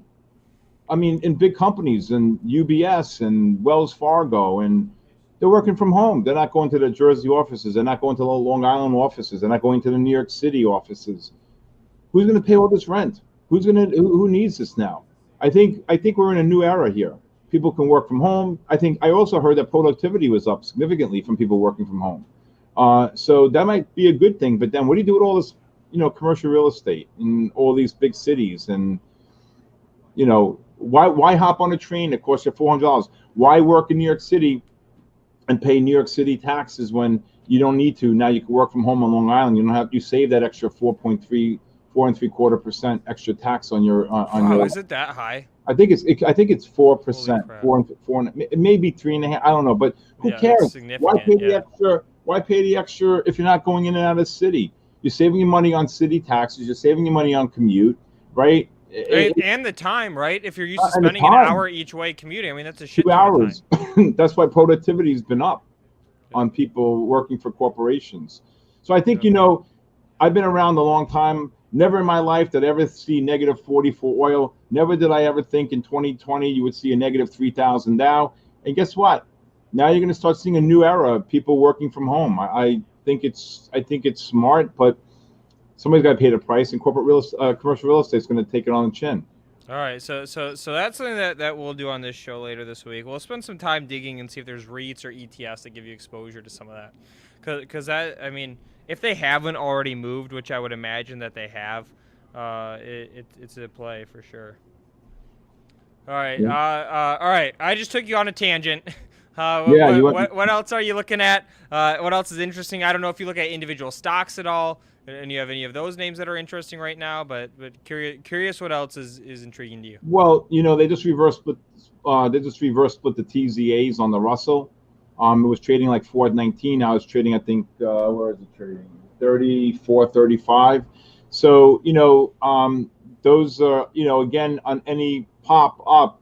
I think the Russell hit a high of 329. I think if you ever get these double tops up in these areas here, I think these are names like the SDOWs, the TZAs, the SQQ. Even they ruined the SQs because SQQQs because they reverse split it. But I think I bought some under 11 and they rallied up to 14.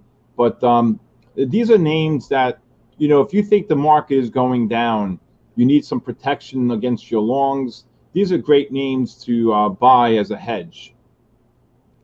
Okay, and so you like some of these ETFs, some of these bearish ETFs as the way to hedge what's otherwise a very long portfolio.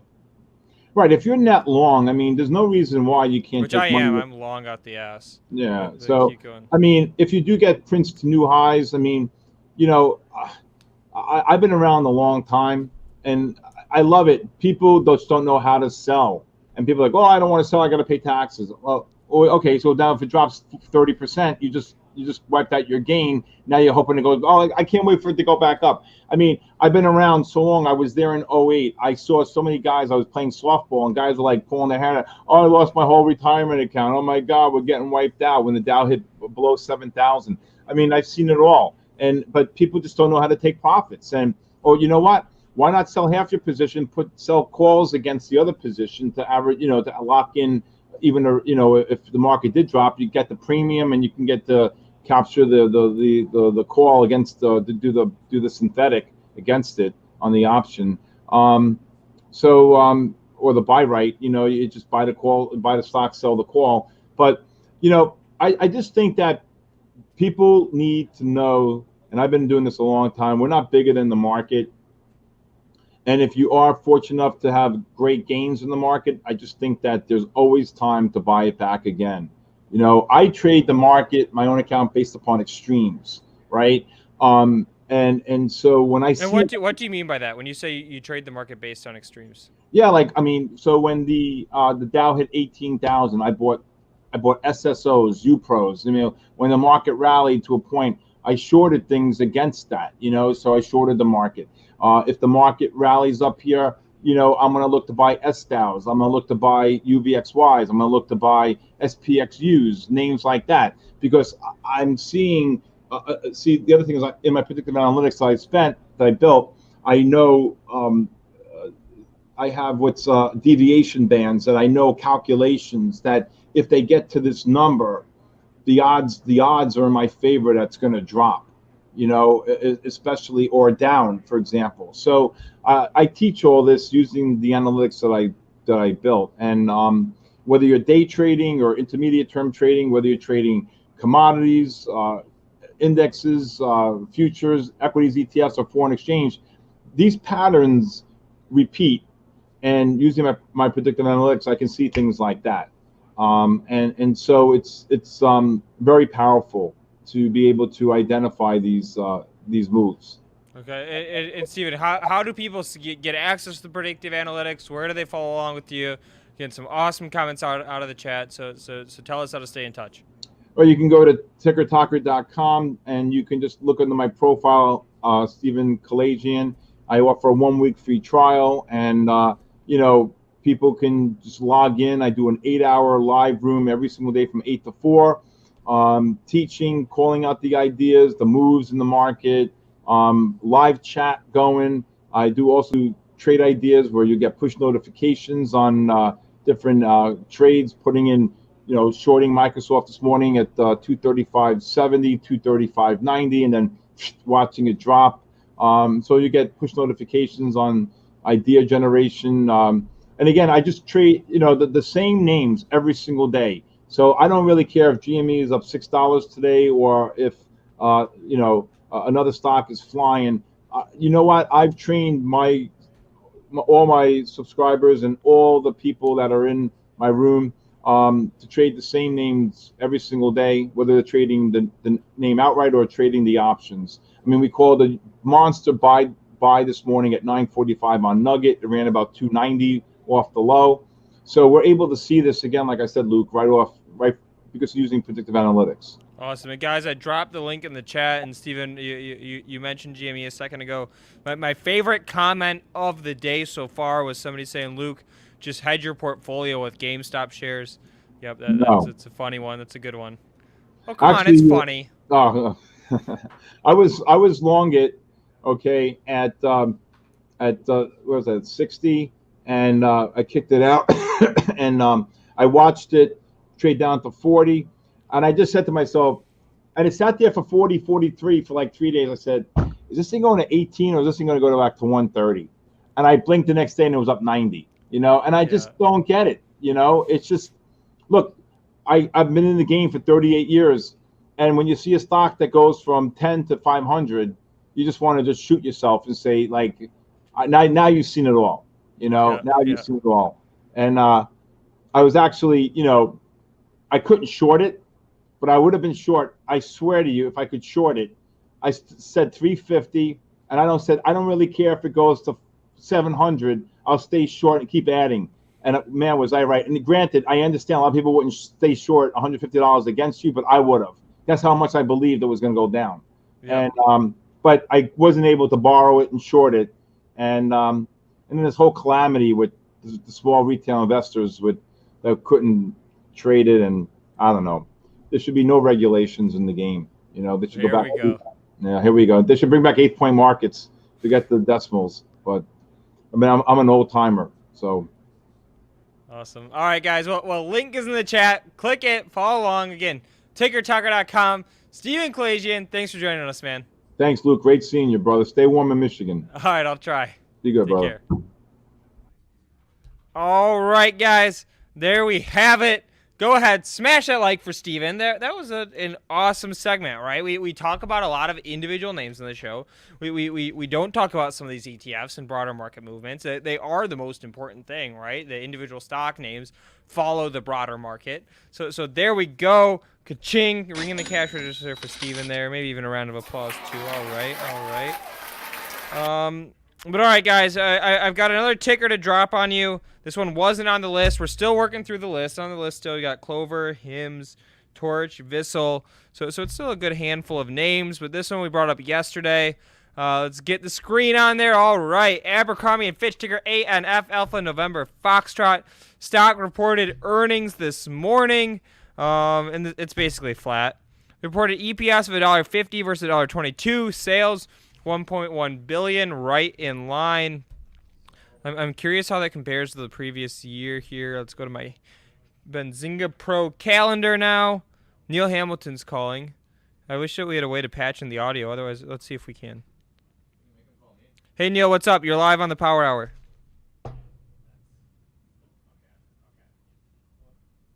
All right. Neil's calling in to talk Abercrombie. There we go.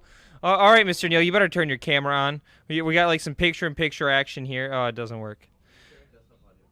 Abercrombie beat on EPS. So EPS, they reported $1.50 versus $1.22. Sales were in line.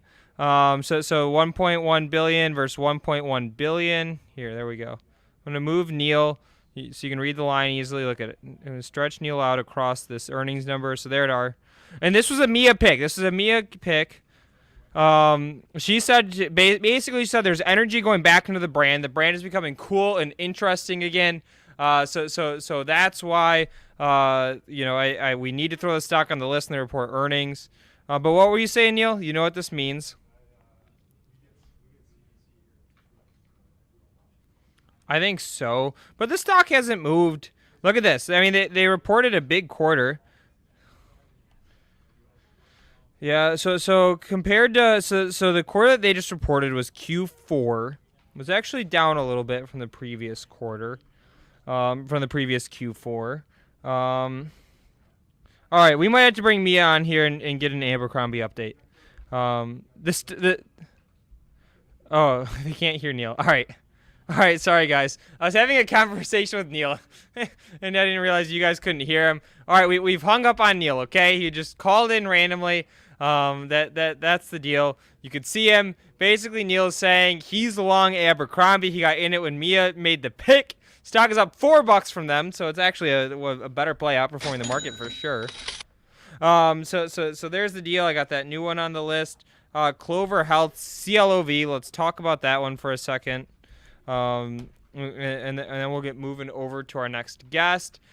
Jason Raznick will be joining us shortly, but check this out. Clover down 12% today on earnings. I'm going to give us a nice little scroll here. So let's go through the numbers. You see that a net loss of $81 million versus a $78 million loss last year in the same quarter.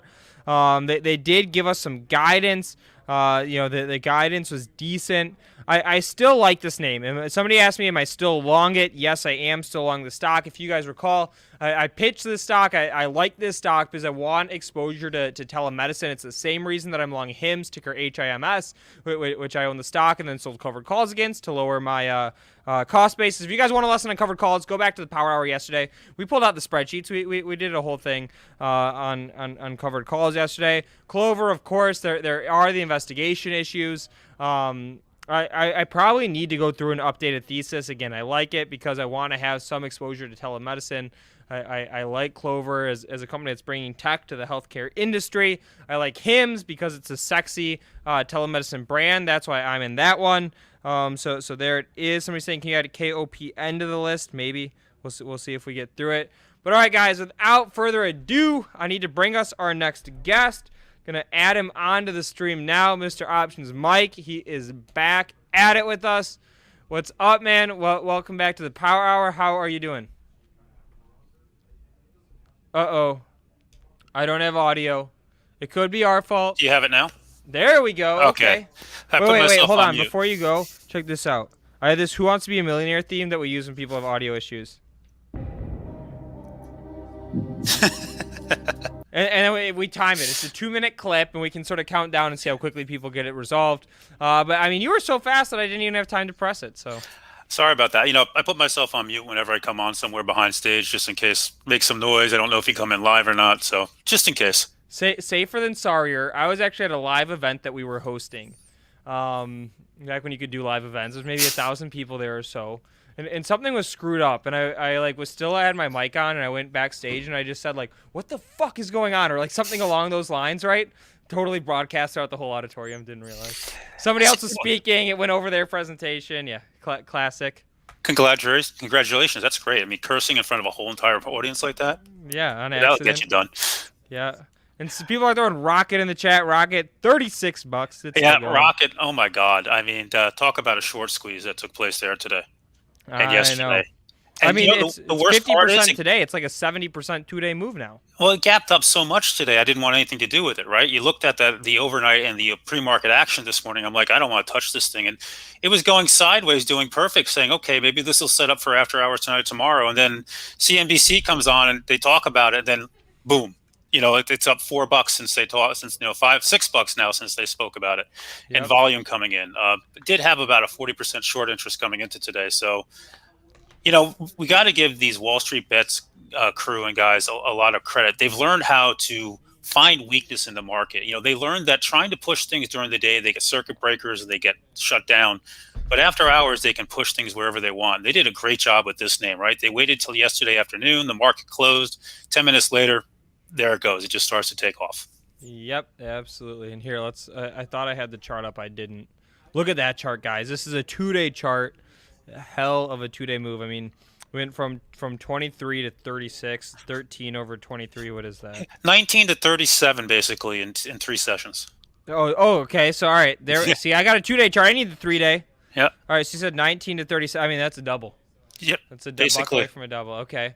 All right. So Rocket, you don't have any action on Rocket. It doesn't sound like you're trading that one. I didn't touch it today. You know, it's interesting. I traded Square a couple times today. Made nice money on Square. And all right, let's look at that one. What time horizon chart should I pull up? Or do you have charts you want to share with us? Up to you. You can pull it up. You do it.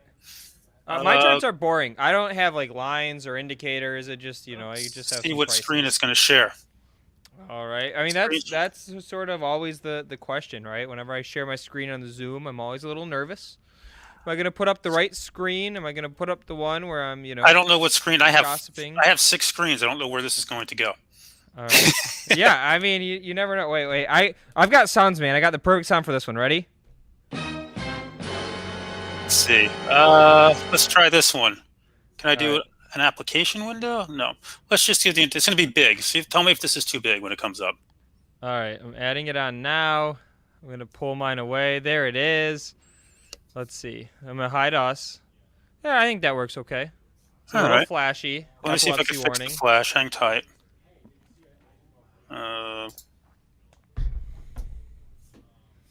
Yeah, nice cup. Somebody's saying, there we go. There we go. Always important to stay hydrated. All right, there we go. No flashing. We've got the charts up. Perfect. All right, Square. You're so on a 5-minute chart, you know, Square last night got my attention when I looked at it again after hours, right? And if you look yesterday, they had news. You see this big spike up here coming up on around 6 o'clock last night. And that was on news that they're getting involved in giving out loans. So you saw this big spike up. Nice. So immediately went on my radar for today, just because, right, you have a big gap up and it held it well. You see, we opened up and we got weak. And if you look over on the top up here, You can see I call from my room flow. Square weekly 260 calls, 5,000 of them came in early. And that got my attention on Square once this market started to reverse. Does that make, once we started to get a little bit of cleanliness here, and you got this nice move off the lows from the 247 all the way up now to the 258 area. And when you look at Square, what made it so exciting today too is you had a couple gaps here that can fill on the daily chart. So we gapped up and we gapped into this gap that actually started right here around the 245 area, and we just filled it up into this area right here to the 257 area, and then you have a gap that starts again at 261, and that goes up towards the 266 area. So for me, I look at this name right now and I'm thinking to myself, okay, traded a bunch today, I'm out for now. Nice move. If we're going to continue, they're all over this on weeklies. I can look for a gap fill to 266 on any strength on this name at this point. Okay, there we go.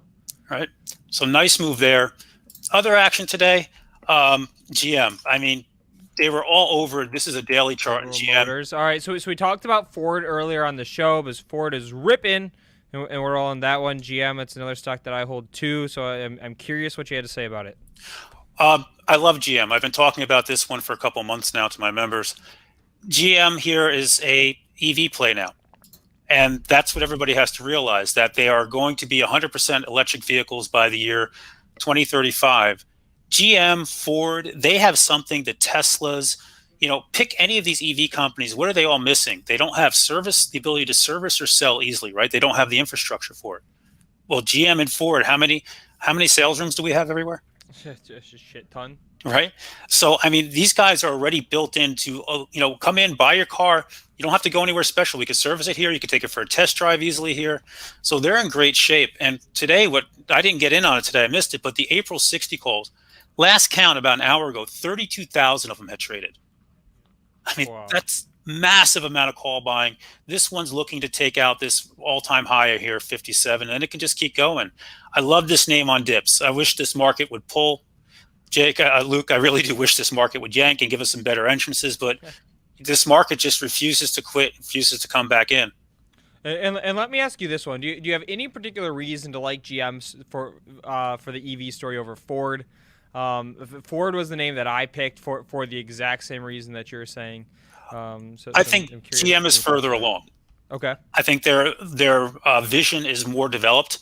They're putting more money into it. They've already announced big investments and already are putting money to work in it. They've already developed the Hummers coming out this year, and I think we're getting the Bolt. I think it's the Bolt coming out shortly after that.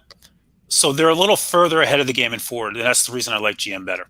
Okay. All right. I like it. The reason why I ended up picking Ford, and again, I wanted some of that, as I call it, EV energy into the stock, was because they basically hinted to us a couple times that they're going to spend a shit ton of marketing dollars this year on it. But yeah, the same thesis. I love both names. Yeah, and this is why everybody wants to play with the FSRs of the world, and I know FSRs had this massive couple-day run, right? Yep. What I keep reminding everybody is this company will not have any revenue until the fourth quarter of 2022. Right? They're not going into production until the fourth quarter of 2022. If you really like this name, wait, it'll come back, right? Because how long are our institutions going to sit in something that doesn't have revenue for a year and a half? Yes.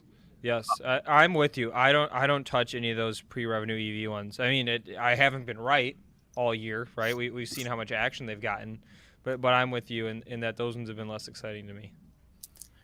The one that didn't work today was Airbnb. Or whatever it is. They came after it right on the open. They came after the weekly 200 and 210 calls. I mean, literally right on the open. And you can see this 200 area up here where I already have a notification set on it on the 5-minute chart. And it pushed up to there, and it just can't break through. And I was watching on the L2, and you can just see an incredible amount of sellers sitting there on top of this at the 200 level. Okay. So if you like Airbnb, and I know if you go to the daily chart, I do like this story, Luke, because right now this market really wants the reopen plays, right? Yep. They're really looking at the reopen. They're not interested in the stay-at-home names anymore. Look at this nice reaction to earnings after it was down, right? Reverse, closed green. This is a great reopen play. So if it can get above 200 with volume, that's the place you want to take a shot on it. All-time highs at 219. That's an easy, quick move if you like that. Okay. And can you tell us a little bit about the lines that you have on the chart there, and how you use them essentially? What do you put on your chart How do you use them to help you make decisions? So this here is just a TOS notification. I come in and I set an alert, right? Okay. Create an alert, right? And I In put TOS, that's Think or Swim. So or if Swim. you're wondering about the platform, TD Ameritrade's Think or Swim. Right. So if I said 200, and I recognize that 200 is a big area, I can even put a note wrong here if I want. And then I come in, I just put a notification up on it. So not only is it visual, it'll also ping and hit my attention when it hits it. So now I know. How did you decide on that level in the first place? For me, if you just look at right here, what's happened at this level: 1 touch, 2 touch, 3 touch, 4, 5, 6, 7, 8, close enough for 9, 10. You got 10 candles that have ping-ponged off this area, either wicks, tails, opens, or close. Make sense? Yep. I get So it. to me, that's a really important area. When I look at it, I can now recognize and say, hey, this is really, really important. I need to pay attention to this spot because this is the place where they're controlling the stock. So if it gets above that on volume, that's where I want to be in it at. Yep. Okay. All And right. And then the other one was up here near the highs. So you identify that point. The stock keeps getting stopped or tripped up there. It breaks above it. That's your signal to flip long on the name. Is that right? Yeah, but it has to have volume, right? Okay. So like if you look at, what I do is I go to a 5-minute chart. If you look at the volume here and say, okay, it's at 95% average daily volume today. That's not bad, but it's going to need big volume to break this 200. You can see here the volume of the 5 early on. Right now it has no volume, right? Volume's gone from it. You need big volume like this for 20 minutes or so to push through this 200 area right now for whatever reason, whatever's going on there today. Okay. But I I like it. And so are you looking at volume for the whole day or for when it's breaking above that level or both? Both. So, Okay. what I like to do is look at average daily volume. When I see a name that's 95% or moving early, already has a high percentage of daily volume, I know that name's in play, right? That tells me that name's in play. This is a name I should be watching today. Okay. All right. I like it. It's interesting. And just quickly to touch on it, Zoom was on my radar today, and you want to talk about the stay-at-home trade being over. Nothing says it more than Zoom today, Okay. right? I mean, this thing. Look at this sell-off today on fabulous earnings and great guidance range. Yeah, I was just about to say. So they reported earnings yesterday, right? Huge beat EPS, huge beat revenue. And holy crap, the guidance. So check out this guidance, guys. So they said in Q1 they expect to earn 95 cents a share versus 72-cent estimate. And for 2021 they expect to earn at least $3.59 a share versus a $2.91 estimate. Beautiful, beautiful guidance there. And what's it doing? And the stock is down 4.5%. Right, given everything back, and it was actually up more. If you look pre-market last night, right, it hit 358. Yep. So, that's why when everybody talks to me about Zoom or Peloton or all these stay-at-home names, for me right now, I'm rather focused on the Airbnbs, the Disneys, the casinos are in play, right? This market has rotated. The energy names are in play. But these stay-at-home names, they don't want them right now. Yeah, absolutely. And I mean, it's probably on the vaccine optimism, I would imagine. Or do you think it's just broader market sentiment? I mean, what do you chalk that up to? Or do you not chalk it up to anything because you don't care? You just are looking more so at the price action? Well, I follow the price action, but I definitely think it's on vaccine sentiment. There's also the way cases have been dropping over the last month or so in the country, right after that big peak coming back down. We're heading into summer where people will be outdoors more. And honestly, Luke, I think some of it's just plain old exhaustion. People are just tired of staying in, and they're going to get out one way or the other soon. Yep. Okay. All right. I think that's. What about the reopening stocks? I'm curious if you have a beat on some of these like the airlines or the cruise lines, or some of those types of names. I mean, they're not horribly far off of their pre-COVID highs. I mean, and that's part of the problem, right? They've run a lot already into this. Like United Airlines, for example, here, all the way up in the 55 area. This time last year, before we started dump, it was right at 63, maybe just a little higher. And, I don't know. I don't love the airlines yet because I think there's still some more pain there. I don't think people are I think you're going to get a bump, but you don't think business travel is coming back, right? That's my problem with them too. Exactly. Yeah. Exactly my point. So people like you and me are going to be dying to get out, right? Well, I'm going to Disneyland. I'm going to pick a place, right? I'm going on vacation, but the bread and butter airlines and where they make their money, their biggest rates are on business travel. I don't see that coming back anytime this year. Exactly, and I used to travel about twice a month for work in 2019, right? It's a decent volume, yeah. You know, and it was nothing to pay $500 for a ticket when I'm not paying for it. But when I'm traveling for pleasure, I'm looking for some I want to pay under $200, right? Yeah. And it's going to be so long, I think, before I'm traveling for work again. Because I mean, for it to make sense for me, they have to fill up the office buildings in Manhattan again. When is that going to happen, if ever? Right. Well, it's you know, I have friends that are still, you know, I do this full time, but I have friends that work for companies like Salesforce and other companies out there, and you know, they haven't taken a hit from sales doing everything virtually. Yep. Right. Yeah. So why are they going to send people out when they don't have to? Yeah, it's not cheap. Yeah. And I think the other thing that's going to hurt are conferences. Who's going to send people to conferences to get together in mass quantities? Yeah, I mean, plays on that one. Eventbrite is one that comes to mind. Ticker EB. I don't know if you have other stocks that come to mind on that one. Yeah, I'm not big on those, but you know what I do like though is what I'm starting to see in the casinos, like MGM. Big move up here, holding in very strong here. Nice move. You said you like these ones. Yeah, I like the casinos as they start to reopen again, because people in Southern California, they're going to want to get away, get out. And where do people from Southern California go when they want to get away for a weekend? Vegas. Vegas, baby. Or so, Tijuana, depending on. No, never mind. Tijuana. But the other thing for these casinos is the online. We just got online gambling in Michigan maybe like a month ago or so, and like I opened an account. I was playing around with it. I was literally. All right, might be disgusting, but I was literally in the bathroom playing blackjack, right, to try it out. I lost like $20 sitting on the toilet in less than 2 minutes, because you're the only one at the table when you do online blackjack too. Right. And I was like, I closed it. I pulled the money out of my account, closed the account right away. I'm like, okay, that was scary. That was a little dangerous. So.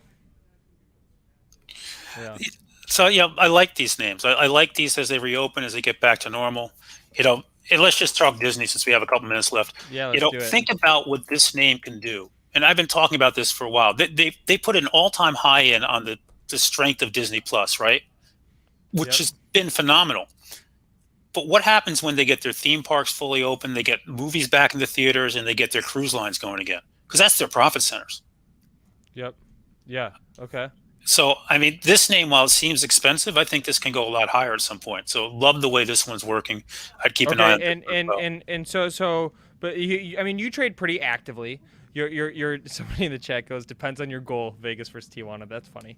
That's sort of what I was implying. But Walt Disney, right? You're talking about it from like a longer term or like a longer time horizon perspective. But you trade very actively. So how do you sort of balance those two? I have two accounts. I have my day trading account, which I tend to clear to cash most nights. And then I have my long-term investing account, which I generally put stuff in that I'm not going to actively manage. I'll glance at it once a week or so. Yep. And, you know, so I try to treat those very differently. Does that make sense? Yep, absolutely. And that's something that we've talked about on this show before, too, is that it's very difficult to both to have your long-term investments in your trading account and vice versa. You know, that's like I separate it personally with my IRA, and then I've got like a brokerage account that I manage more actively. But yeah, I think it's so tough to do that. Well, because if you're getting hit, like a day like last week, let's just pick a day in the SPY last week, where the market was falling apart right? And your account's going down hard, you're tempted to sell everything, even though you don't feel like you made bad trades that day. Your account's getting ravished, right? Yep. So, you know, if you keep them separate, you say, okay, I feel okay. By the way, talking SPY here, you know, I was on the investing channel this morning. You got to watch this downtrend. We got to break above this to get clear here. You can see all the touches here on this trend. We came right into it this morning. You got a series of lower highs, and you have to take this out now for us to get any kind of upward momentum. Okay. And can we do another look at Rocket too? Rocket, while we were talking, it cleared 37. It's pulled back a little bit. I'm curious from your perspective what we need to see. I would imagine, and I'm bringing this one up, is we're getting the call-outs in the chat. I'm long Rocket out the ass, guys, okay? We've said that every day for like 6 months since the IPO. But it's the highs I would imagine you want us to see us clear for this thing to keep pushing higher.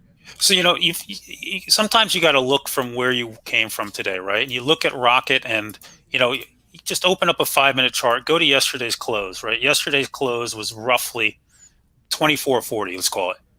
And now we're at 37. So realize that if you're trading Rocket at this point and you're buying it here, the risk reward is not in your favor now, is it? Right? You're chasing something that is just way up, and up. So for me at this point, I have no interest in Rocket. I try to take it off my radar at this point. I'm not going to touch it here. It could go to 100, and I'll look at it and go, yeah, another GME. I missed out on this one too. Oh well. But the risk reward now after this run is what happens when everybody starts hitting the sell button, and that's the thing you always have to be aware of. You watch these things go up like this, but eventually they hit the sell button. And let me show you, just to show the example of this.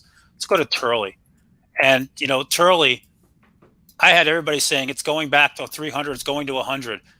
People who did not get out on this day at 67, gapped down to 55, you're trapped, closed down at 31. That's just not fun, guys. I've sat through one of those before. I've been there. Raise your hand if you've done it. We've all done that. It's learned to make me not chase these things and sit in them. And so if you're looking at Rocket today, can it keep going? Yes. Can you pull up the weekly candles on this one? On Turley? Yes. Yeah, this one's just incredible. The 300 day? I remember the 300 day. Yes. All right. Yeah, by the way, here's a lesson learned. From 150 to 300 and back was round trip in a day. Yeah. So somebody on this broadcast was short a small position in that one on that day, with the way up. We won't say who, neither myself or Mike. To teach you a lesson there. But I have not touched the name since then. I've traded it on and off. Recently, I traded into some of these little spikes, but honestly, I've talked about this with pot all the time. This name to me is the most dangerous of the pot names because it does stuff like this, right? Yep. You can make a lot of money. If you really want to own a pot name, to me, I keep saying this, it's CGC, and that's because this name has the Constellation brand $4 billion+ investment. They have the ability to buy more of the company if it gets legalized here in the country. And that to me is the name you want to be in because you have a large company with a big chunk in it already who's looking to either buy them out completely or own an even larger chunk of it. Yep. But all right, Mike. Unfortunately, I've got to keep us moving. I actually have to close down the stream, pass it off to my colleagues who are running the crypto show, or I'm going to get yelled at. And actually, what I'm about to go do in 4 minutes from now is I'm going on to a sales meeting, a big sales meeting where they're going to have like 20 people on the call that would have been in person. Nice. 18 months ago, it would have been in person. I would have spent $500 to fly there. I would have spent $300 in the hotel. I would have expensed the hell out of some meals, right? So it's $1,000 right there, and I'm about to take it, on the call in just a minute here. So, well, have fun with that. Enjoy it. All right, thanks. But all right, Mike, awesome having you on as always. Appreciate you dropping all the ideas and even doing the screen share for us. Luke, thanks for having me on. Great to see you guys again. Great to see you too. All right, guys, our time is coming to an end, but that does not mean our video is, right? We're going all day, baby. That's what we do here at Benzinga. We're for the people. We're going all day. We're letting the ideas fly. I mean, we talked through 1, 2, 3, 4, 5, 6, 7, 8, 9, 10, 11, 12, 13, 14, 16, 15, 16, 17. We did 17 tickers today.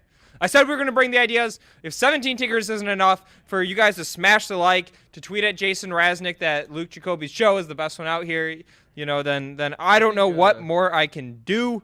But we got to pass it to crypto. Air horn, man. That deserves an air horn. Let's go. There it is, guys. All right, I'm going to get the link for you here now. If you're watching on the individual show stream, here it is. It's pinned up at the top of the chat. I'm going to span it in here. No love for the chat. Oh, I pasted the wrong thing. No love for the chat challenge. I'm sorry. I ran out of time. You heard me say I've got to go to a sales call where they're going to have literally 20 people there. It starts in 3 minutes. We don't have time for the chat challenge. But stay tuned, Christian. We never want to disappoint Christian, longtime listener. We'll do the chat challenge tomorrow. We'll give an update. We'll figure out which Zinger is picking the right stocks. Again, question this week, what is the price of SPY going to be? And the last thing that I'll pump, guys, we're doing the interview tomorrow. Kathy Wood, most influential woman in the markets, person in the markets. It's right there, guys. I'm spamming in the link. you click it, register. I mean, she might talk some stocks that move. I mean, that's a realistic thing that could happen, guys. And so I'm going to leave you with that. Again, go check out the crypto link. Watch the crypto show, my good friend Captain Ross. And I will see you guys tomorrow. We'll talk some more stocks. We'll get some more ideas flowing. Maybe even make some trades. And again, throw me the follow on Twitter. I drop ideas, thoughts there all day. Something that's sort of unique is I put in some of the analytics from Benzinga to give a sense as to what are the stocks that people are watching, what are the stocks that people care about. So go ahead, throw that follow. But all right, guys, peace. I'm out.